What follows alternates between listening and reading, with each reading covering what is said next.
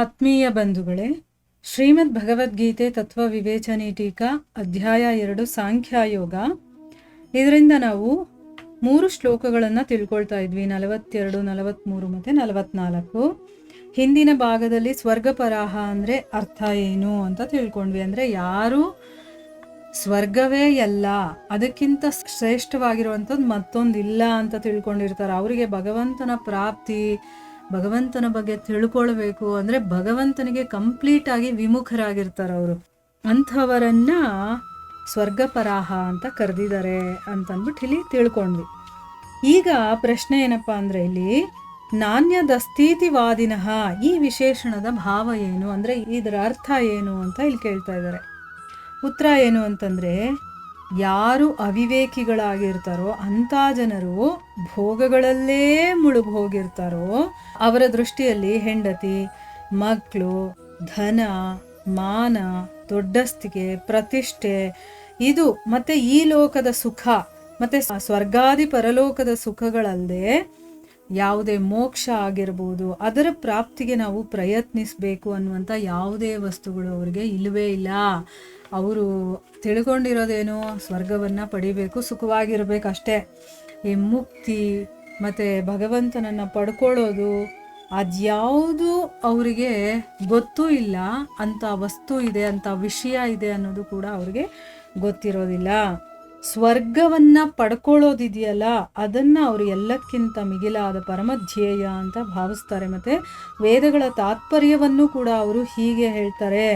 ಏನು ಅಂತಂದರೆ, ವೇದಗಳಲ್ಲಿ ಹೇಳಿರೋದು ಅದೇನೆ, ನಾವು ಒಳ್ಳೊಳ್ಳೆ ಕರ್ಮಗಳನ್ನು ಮಾಡಬೇಕು, ನಮಗಿಷ್ಟವಾಗಿರುವಂಥ ಭೋಗಗಳನ್ನು ಭೋಗಿಸಬೇಕು. ಅಂದರೆ ಅದೇ ಸ್ವರ್ಗವನ್ನು ಪಡೆಯೋದಿದೆಯಲ್ಲ, ಅದೇ ಪರಮ ಪ್ರಾಪ್ತಿ ಅಂತ ತಿಳ್ಕೊಂಡಿದ್ದಾರೆ. ಈಗ ಯಾರಾದರೂ ಸತ್ತು ಸ್ವರ್ಗಕ್ಕೆ ಹೋದ್ರು ಅಂತಾರೆ ಹೊರತು ಅವ್ರು ಮುಕ್ತಿ ಅಂಥದ್ದೆಲ್ಲ ಮಾತಾಡೋದಿಲ್ಲ ಅವ್ರಿಗೂ. ಆಮೇಲೆ ಒಳ್ಳೆ ಕೆಲಸ ಮಾಡಿದ್ರೆ ನಮಗೆ ಸ್ವರ್ಗ ಸಿಗುತ್ತೆ ಅಂತಲೇ ಹೇಳ್ತಾರೆ, ಇಲ್ಲಾಂದರೆ ನರಕ ಸಿಗುತ್ತೆ. ಇಷ್ಟೇ ಅವ್ರಿಗೆ ಗೊತ್ತಿರೋದು. ಅವರಿಗೆ ಮುಕ್ತಿ ಅನ್ನೋದು ಪರಂಧಾಮ, ಭಗವಂತ ಪರಮಾತ್ಮ, ಅವನದೊಂದು ಧಾಮ ಇದೆ, ಅಲ್ಲಿಗೆ ನಾವು ಹೋಗಬೇಕು, ಅವನ ಸೇವೆ ಮಾಡಬೇಕು. ಈ ವಿಷಯಗಳ ಬಗ್ಗೆ ಅವರಿಗೆ ಒಂದು ಚೂರು ಕೂಡ ಗೊತ್ತಿಲ್ಲ. ಅವ್ರಿಗೆ ಗೊತ್ತಿರೋದೆಲ್ಲ ಬರೀ ಸ್ವರ್ಗ ಇದೆ, ಆ ಸ್ವರ್ಗ ಸುಖವನ್ನು ನಾವು ಅನುಭವಿಸ್ಬೇಕು, ಇಷ್ಟೇ ಅವ್ರಿಗೆ ಗೊತ್ತಿರೋದು. ಅದಕ್ಕೋಸ್ಕರ ಅವ್ರು ಏನು ಮಾಡ್ತಾರೆ, ಇದೇ ಸಿದ್ಧಾಂತದ ವರ್ಣನೆಯನ್ನು ಮತ್ತು ಪ್ರಚಾರವನ್ನು ಕೂಡ ಮಾಡ್ತಾರೆ. ಇದೇ ಭಾವವನ್ನು ನಾಣ್ಯದಸ್ಥಿತಿವಾದಿನಃ ಅನ್ನುವಂಥ ವಿಶೇಷಣದಿಂದ ಇಲ್ಲಿ ವ್ಯಕ್ತಪಡಿಸಿದ್ದಾರೆ. ಈಗ ಅರ್ಥ ಆಯ್ತಲ್ವ ನಮಗೆ ಯಾಕೆ ಇಲ್ಲಿ ನಾಣ್ಯದಸ್ಥಿತಿವಾದಿನಃ ಅಂತ ಹೇಳಿದ್ದಾರೆ ಅಂತಂದ್ಬಿಟ್ಟು. ಮುಂದಿನ ಪ್ರಶ್ನೆ ಏನು ಅಂತಂದರೆ, ಇಂತಹ ಮನುಷ್ಯರನ್ನು ಅವಿಪಶ್ಚಿತ ಅಂದರೆ ಏನು, ವಿವೇಕಹೀನರು ಅಂತ ಹೇಳ್ತಾ ಇದ್ದಾರಲ್ಲ, ಅದಕ್ಕೆ ಅರ್ಥ ಏನು? ಉತ್ತರ ಏನು ಅಂತಂದರೆ, ಅವರನ್ನು ವಿವೇಕಹೀನರು ಅಂತ ಹೇಳಿ ಭಗವಂತ ಒಂದು ವೇಳೆ ಅವರೇನಾದರೂ ಸತ್ಯ ಅಸತ್ಯ ವಸ್ತುಗಳನ್ನು ವಿವೇಚನೆ ಮಾಡಿ ಯಾವುದು ಸತ್ಯ ಯಾವುದು ಅಸತ್ಯ ಈ ವಿಚಾರಗಳ ಬಗ್ಗೆ ಅವರು ವಿವೇಚನೆ ಮಾಡಿ ತಮ್ಮ ಕರ್ತವ್ಯದ ನಿಶ್ಚಯವನ್ನೇನಾದರೂ ಮಾಡಿಕೊಂಡ್ರೆ ಈ ಪ್ರಕಾರ ಭೋಗಗಳಲ್ಲಿ ಸಿಕ್ಕಾಕೊಳ್ತಾ ಇರಲಿಲ್ಲ. ಅಂತಂದರೆ ತಿಳುವಳಿಕೆ ಅನ್ನೋದು ತುಂಬ ಇಂಪಾರ್ಟೆಂಟು. ನಾವೇನು ಮಾಡ್ತೀವಿ, ನಮಗೆ ಗೊತ್ತಿಲ್ಲ ಅಂತ ಅಂದ್ಬಿಡ್ತೀವಿ ಅಷ್ಟೇ, ಆದರೆ ಅದನ್ನು ತಿಳ್ಕೋಬೇಕು ಅಂತ ನಾವು ಅರ್ಥ ಮಾಡ್ಕೊಳ್ಳೋದಿಲ್ಲ. ಈಗ ಗೌರ್ಮೆಂಟ್ ಏನೋ ಒಂದು ರೂಲ್ಸ್ ಹಾಕಿರ್ತಾರೆ, ಅದನ್ನು ತಿಳ್ಕೊಳ್ಳದೆ ಇರೋದು ನನ್ನ ತಪ್ಪೇ ಹೊರತು ಗೌರ್ಮೆಂಟ್ದಲ್ಲ. ನೀನು ತಿಳ್ಕೊಳ್ಳದೆ ತಪ್ಪು ಮಾಡಿದ್ರೆ, ತಿಳ್ಕೊಂಡು ತಪ್ಪು ಮಾಡಿದ್ರೆ ನಿನಗೆ ಶಿಕ್ಷೆ ಅಂತೂ ಗ್ಯಾರಂಟಿ.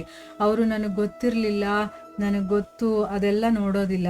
ನೀನು ಈ ರೂಲ್ಸ್ ಫಾಲೋ ಮಾಡಿಲ್ಲ, ನಿನಗೆ ಈ ಶಿಕ್ಷೆ ಅಂತ ಹೇಳ್ತಾರೆ ಹೊರತು ನೀನು ಗೊತ್ತು ಮಾಡಿಲ್ವಾ ಹೌದಾ ಅಂತ ಬಿಟ್ಬಿಡೋದಿಲ್ಲ ಯಾರನ್ನೂ ಅಲ್ವಾ. ಅದೇ ರೀತಿ ನಮ್ಮ ಈ ಮನುಷ್ಯ ಜನ್ಮದ ಗುರಿ ಏನು, ನಮ್ಮ ಕರ್ತವ್ಯ ಏನು ಅನ್ನೋದು ನಮಗೆ ಗೊತ್ತಿರಬೇಕು, ನಾವು ತಿಳ್ಕೊಂಡಿರ್ಬೇಕೇ ಹೊರತು ನನಗೆ ಗೊತ್ತಿಲ್ಲ, ನಾನು ತಿಳ್ಕೊಂಡಿಲ್ಲ ಅನ್ನೋದು ಅದು ನನ್ನ ತಪ್ಪೇ ಹೊರತು ಅದು ಬೇರೆಯವ್ರ ತಪ್ಪಲ್ಲ. ಅದಕ್ಕೋಸ್ಕರ ಇಲ್ಲಿ ಹೇಳ್ತಾ ಇದ್ದಾನೆ ಭಗವಂತ, ಯಾವುದು ನಿಜ ಯಾವುದು ಸತ್ಯ ಯಾವುದು ಅಸತ್ಯ ಈ ಒಂದು ವಿಚಾರವನ್ನು ನಾವು ವಿಚಾರ ಮಾಡಿ ನಮ್ಮ ಕರ್ತವ್ಯದ ನಿಶ್ಚಯವನ್ನು ಮಾಡಿಕೊಂಡು ನಾನು ಏನು ಮಾಡಬೇಕು ಅನ್ನೋದನ್ನು ನಾನು ತಿಳ್ಕೊಂಡಿದ್ದೆ ಆಗಿದ್ದರೆ ನಾನು ಈ ರೀತಿ ಭೋಗಗಳಲ್ಲಿ ಸಿಕ್ಕಾಕೊಳ್ತಾ ಇರಲಿಲ್ಲ. ಅದಕ್ಕೋಸ್ಕರನೇ ಮನುಷ್ಯರು ವಿವೇಕಪೂರ್ವಕವಾಗಿ ತಮ್ಮ ಕರ್ತವ್ಯವನ್ನು ನಿಶ್ಚಯ ಮಾಡ್ಕೋಬೇಕು ಅಂತ ಇಲ್ಲಿ ಹೇಳೋದಕ್ಕೋಸ್ಕರ ಇದನ್ನು ಹೇಳಿದ್ದಾನೆ.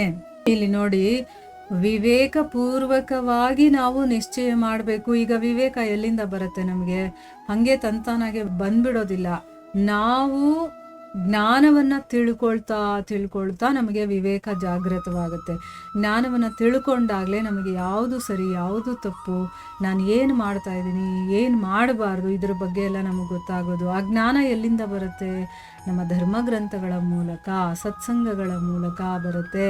ಸತ್ಸಂಗ ಅಂತಂದರೆ ಧರ್ಮಗ್ರಂಥಗಳಿಂದ ಸಿಗುತ್ತಲ್ಲ, ಅದು ಸತ್ಸಂಗನೇ. ಯಾಕಂದರೆ ಭಗವಂತ ಸ್ವಯಂ ಹೇಳಿದಾನೆ, ಭಗವಂತನ ಭಕ್ತರು ಹೇಳ್ತಾ ಇರ್ತಾರೆ, ಭಾಗವತರು ಹೇಳ್ತಾ ಇರ್ತಾರಲ್ವ, ಅದಕ್ಕೋಸ್ಕರ ಅದು ಕೂಡ ಸತ್ಸಂಗನೇ. ಅಥವಾ ಸ್ವಯಂ ಭಾಗವತರು ನಮ್ಮ ಮುಂದೆ ಕೂತ್ಕೊಂಡು ಸತ್ಸಂಗ ಮಾಡ್ತಾ ಹೇಳ್ತಾರಲ್ಲ, ಅದು ಕೂಡ ಸತ್ಸಂಗನೇ. ಈ ಸತ್ಸಂಗದ ಮೂಲಕ ನಮಗೆ ಜ್ಞಾನದ ವೃದ್ಧಿ ಆಗುತ್ತೆ. ಜ್ಞಾನವನ್ನು ತಿಳ್ಕೊಳ್ತಾ ನಮ್ಮಲ್ಲಿ ವಿವೇಕ ಅನ್ನೋದು ಜಾಗೃತವಾಗುತ್ತೆ. ಆಗ ನಮಗೆ ನಂದು ಯಾವುದು ಕರ್ತವ್ಯ ಅನ್ನೋದು ನಮಗೆ ಚೆನ್ನಾಗಿ ಗೊತ್ತಾಗುತ್ತೆ. ಆಗ ನಾನು ಏನು ಮಾಡಬೇಕು ಏನು ಮಾಡಬಾರ್ದು ಈ ವಿಷಯದ ಬಗ್ಗೆ ನಮಗೆ ತಿಳುವಳಿಕೆ ಅನ್ನೋದು ಬರುತ್ತೆ. ಆವಾಗ ನಾವು ತಪ್ಪು ಮಾಡೋದಕ್ಕೆ ಹೋಗಲ್ಲ, ಯಾಕಂದರೆ ನನಗೆ ತಿಳುವಳಿಕೆ ಇರುತ್ತೆ, ವಿವೇಕ ಇರುತ್ತೆ. ಇದು ಮಾಡಿದ್ರೆ ಸರಿಯಾಗತ್ತೆ, ಇದು ಮಾಡಿದ್ರೆ ತಪ್ಪಾಗತ್ತೆ ಅಂತ ಯಾವುದೇ ಕನ್ಫ್ಯೂಷನ್ ಇಲ್ಲದೆ ನಾವು ಸರಿಯಾದ ಡಿಸಿಷನನ್ನು ತಗೊಳ್ಳೋದಕ್ಕೆ ಸಾಧ್ಯ ಆಗುತ್ತೆ. ಇಲ್ಲಿಗೆ ನಾವು ನಿಲ್ಲಿಸೋಣ. ಹರೇ ಕೃಷ್ಣ.